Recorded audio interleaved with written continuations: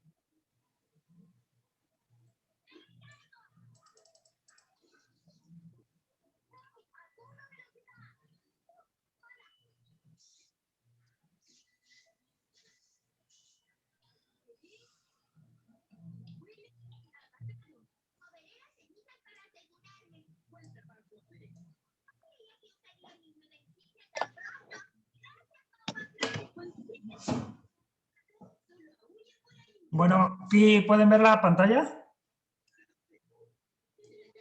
¿Me confirman, por favor? Sí, profesor. Ok, adelante. Sus desventajas, continuando con la organización de la economía bajo el esquema de economía de mercado. Se marginaliza al que menos tiene. En realidad no hay ni ascensos ni descensos sociales. El capital rota entre los mismos estratos. Es decir, los ricos compran con los ricos, los pobres con los pobres y la clase media con la clase media.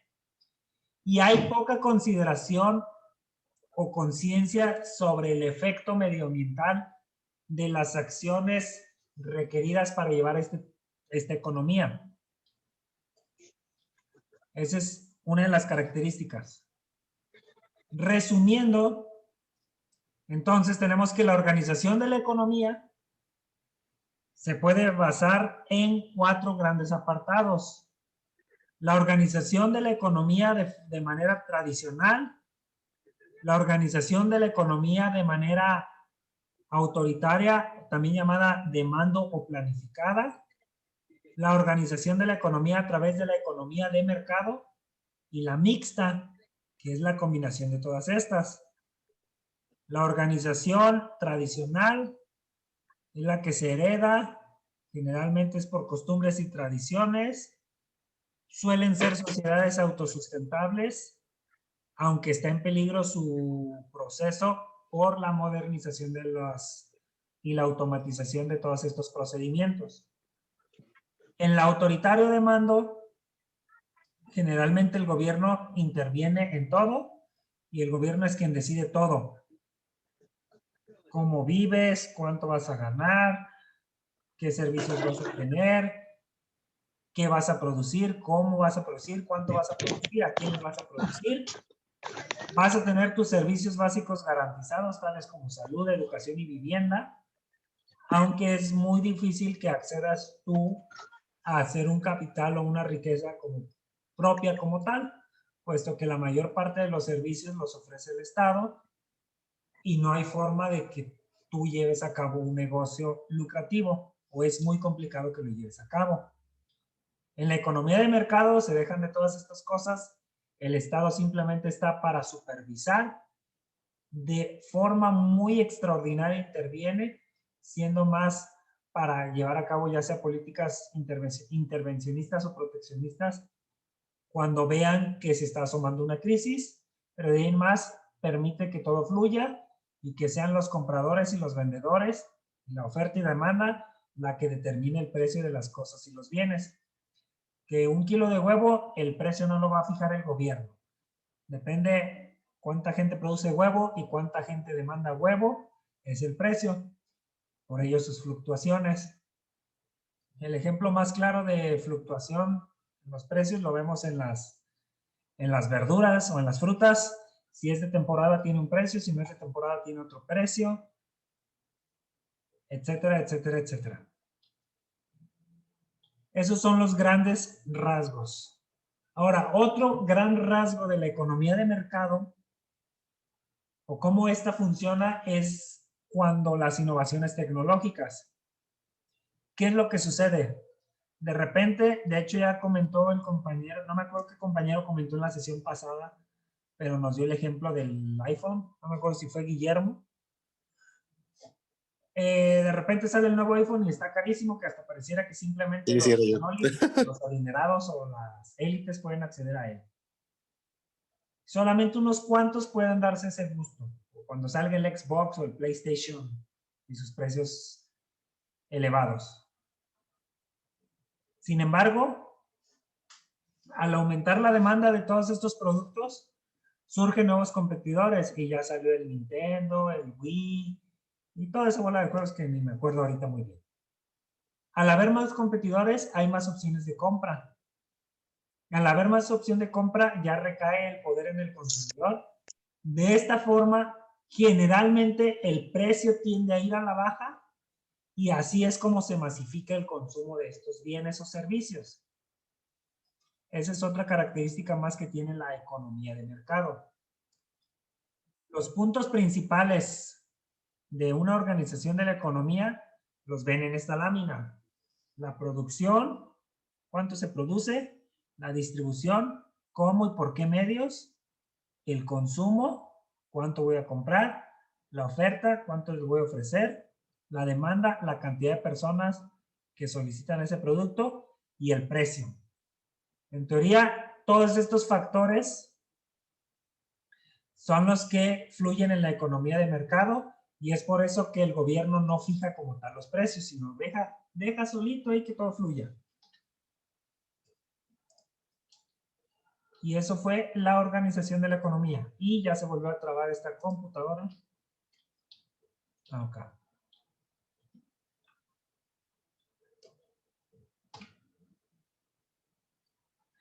Ahora, las relaciones económicas. Las relaciones económicas se dan entre seres humanos, entre aquellos que producen o se apropian o intercambian o consumen bienes. Estas relaciones económicas surgen como producto del trabajo y la participación de cada uno de nosotros en ellas.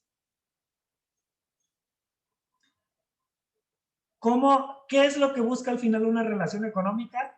Beneficio mutuo. ¿Han escuchado el famoso ganar-ganar? Ah, pues es algo parecido aquí. Yo busco satisfacer una necesidad y yo como demandante busco satisfacer una necesidad. Yo como oferente busco satisfacer una necesidad con un beneficio. Y el demandante que le sea satisfecha dicha necesidad al menor costo o precio posible. En la búsqueda de beneficios y generalmente sellada con contrato.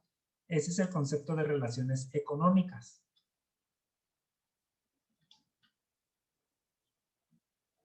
Infraestructura. La infraestructura es el conjunto de bienes, de elementos, perdón, o servicios que se consideran necesarios para que funcione la organización. Y de esta manera se desarrolla una actividad y fluye la economía. Es la base material, física, tangible, que sustenta la sociedad e incluye las relaciones de producción y fuerzas productivas. Es decir, si yo, Caplam, ofrezco el servicio de agua potable, necesito tener una infraestructura hidráulica, máquinas, tubos, aljib, ¿no? ¿Cómo se llama? Motores, pipas, etcétera. Un edificio donde pueda brindar los servicios, un edificio, pozos, túneles, alcantarillas, etcétera. Es decir, todos aquellos elementos que necesito para que funcione lo que yo voy a llevar a cabo. Si soy una empresa que realiza actividades de energía eólica, necesito los molinos estos, ¿no? Los tipo ventilador y que van aprovechando la fuerza del viento. Si trabajo con energía solar, ¿qué necesito? Comprar los paneles solares. Necesito un edificio donde montar los paneles para que les esté pegando la energía del sol. Entonces, la infraestructura es indispensable para poder llevar a cabo las organizaciones de la economía, las actividades de las organizaciones de economía y para que puedan suceder las relaciones económicas. Si no cuento con una infraestructura, no puedo llevar a cabo una actividad. Aquella persona que compra y vende por internet, pues puede decir, no, pues yo no tengo un local, no necesito infraestructura. Necesitas de una red en donde puedas tener servicios de Wi-Fi o internet a través del cual puedas hacer la gestión de compras y ventas de servicios. O sea, quizá no tengas un edificio, pero necesitas que haya una infraestructura que te provee un tercero de redes, de fibra óptica, de satelital, etcétera, etcétera, etcétera. Sin infraestructura no es posible llevar a cabo las actividades económicas. Posteriormente está la estructura de mercado. La estructura del mercado es la forma en la que se organiza el mercado. Da el poder del mercado y es la influencia en el precio por parte de los agentes económicos. ¿De qué se componen las estructuras del mercado? De las barreras legales que pudiera haber para la importación o exportación de un producto o los aranceles a ciertos productos, el número de empresas que están en ese mercado o los bienes distintos que ofertan. Esa es la famosa estructura del mercado. Y por último, cerramos simplemente con una historia de lo que han sido los sistemas históricos en la economía. ¿Cómo empezó la humanidad con comunidad primitiva?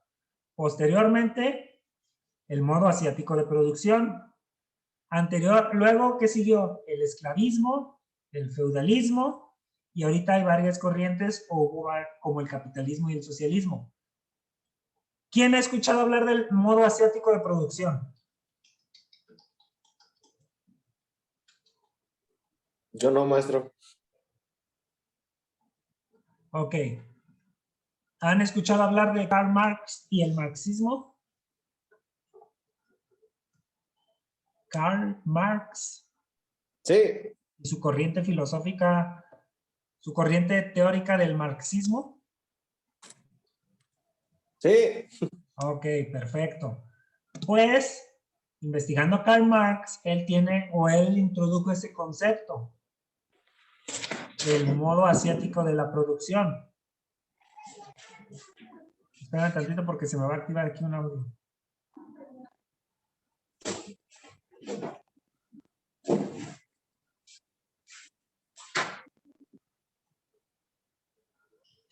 De hecho, también se le puede conocer como el modo de producción socialista y se utilizaba mucho en los canales de riego. La infraestructura para, pues, ya de sus bambús, su arroz y todo eso. Pues allí estaba su modo de producción. Él lo tomó como un modo de producción distinto a como se llevaba en Occidente. Posteriormente hablamos del esclavismo. El esclavismo aquel era en donde las personas dueñas de las propiedades o de los terrenos o de los bienes de producción podían comercializar con personas que no tuvieran esos medios de producción. Es decir, las personas que tenían propiedades o cosas eran los señores feudales o los burgueses, y aquellas personas que simplemente tuvieran para ofrecer un servicio eran los esclavos, y se comercializaba con estas personas. Es decir, luego te vendo un esclavo, o te doy un esclavo, o te cambio este esclavo por este otro esclavo. Es algo parecido al feudalismo, pero variaba. Allí ya había vasallos, ya no eran como tanto esclavos.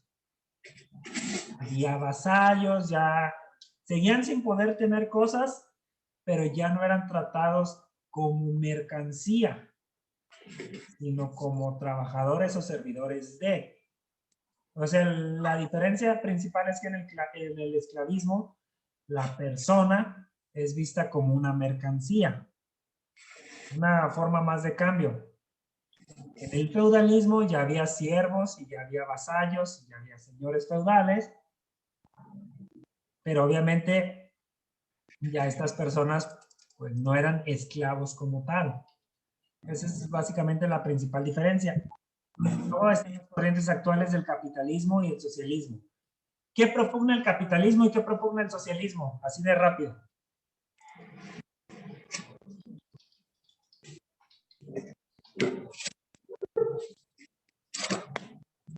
El capitalismo era de la propiedad privada, básicamente, o sea, que cada quien se hace dueño, pues, de sus cosas, que existe la propiedad privada. En el socialismo, pues, no. Es de que todo es para todos y todo se distribuye de una manera equitativa. Es correcto. Y ambos sistemas tienen sus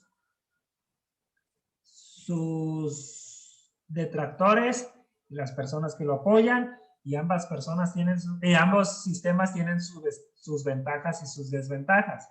Obviamente, ahora sí que elegir es descartar, ¿no? Como cuando vas al fútbol, ¿qué eliges? Tiene tu ventaja ir al fútbol. Te diviertes, juegas, echas una chela con un amigo, lo que fuera. Pero por otro lado, significa que dejas de hacer otra cosa, descartar. Pues quizá ya no avanzaste en tu casa o ya no hiciste un proyecto. O sea, todo sistema económico tiene sus pros y sus contras. No es que este sea el ideal o el otro sea el perfecto o el adecuado. Al De hecho, en final, teoría, el comunismo funciona. es correcto, es como el mundo funciona y es un sistema imperfecto. ¿Recuerdan cuando vimos la competencia perfecta e imperfecta? Al final, todo esto es un sistema imperfecto. Simplemente buscar potenciar o adaptarse y explotar el máximo los beneficios que nos dé un sistema u otro.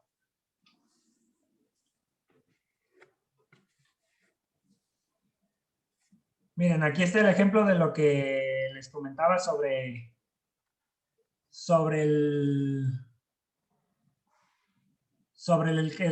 los diferentes medios de producción y cómo han ido pasando de esclavismo, feudalismo, los señores feudales, los burgueses, etcétera, etcétera, etcétera. Y por último, ya el último tema, la superestructura, continuando con Karl Marx. Este es un conjunto de elementos de la sociedad que dependen directamente de la infraestructura y es la famosa base de la tesis del materialismo histórico. Es decir, aquí dice que está relacionada con las condiciones de la sociedad económicamente y se amolda a los intereses de clase de aquellos grupos sociales que la han creado, entre paréntesis, las clases dominantes. El ejemplo más claro, no estoy ni a favor ni en contra de las religiones, antes de iniciar con este tema, pero un ejemplo, antes de la colonia aquí había civilizaciones y todo, ¿no? ¿Quién llegó? La colonia. Y llegaron a, que todavía ni siquiera eran españoles, o sea, todavía no se había consolidado España, eran diversos reinos. Pero ahora sí los conocemos como españoles o gachupines. Llegan, colonizan, en base a la estructura nos colonizan, ¿y qué crean? La idea o el concepto de la religión, amoldándose a los intereses de quién, de quien llegó y la creó y que es una clase dominante. Un ejemplo lo podemos ver en el derecho, en el Estado, en las ideologías. ¿El Estado en qué sentido? ¿Cuál es la finalidad hoy en día de pagar impuestos?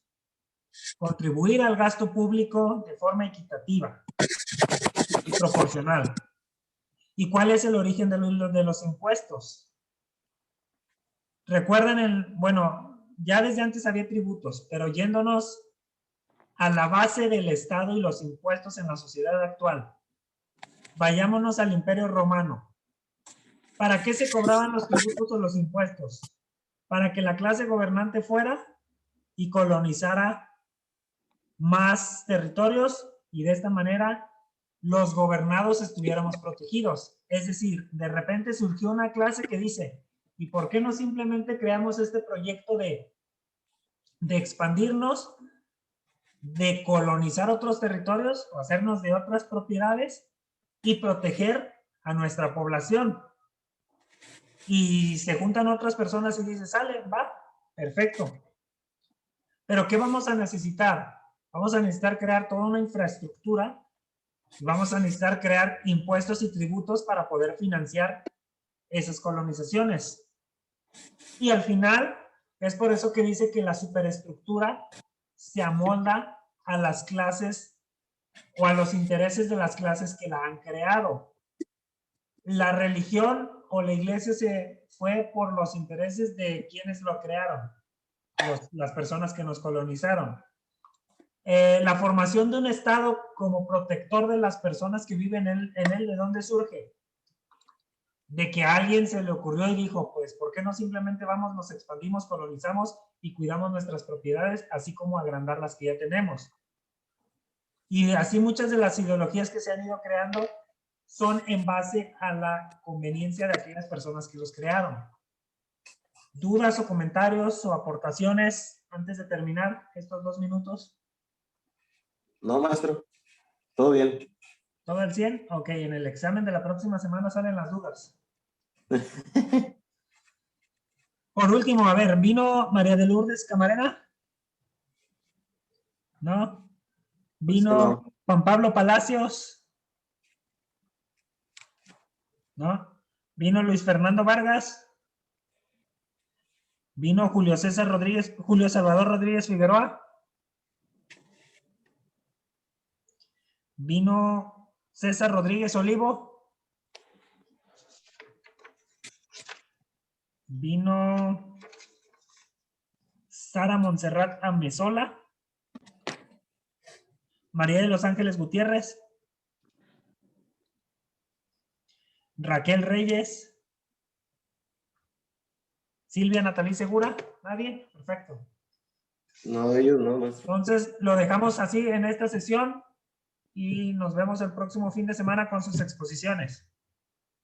Sale. Ok, Nos vemos, profe. maestro. Gracias. Muchas Sí, gracias. profe. Excelente fin. Adiós.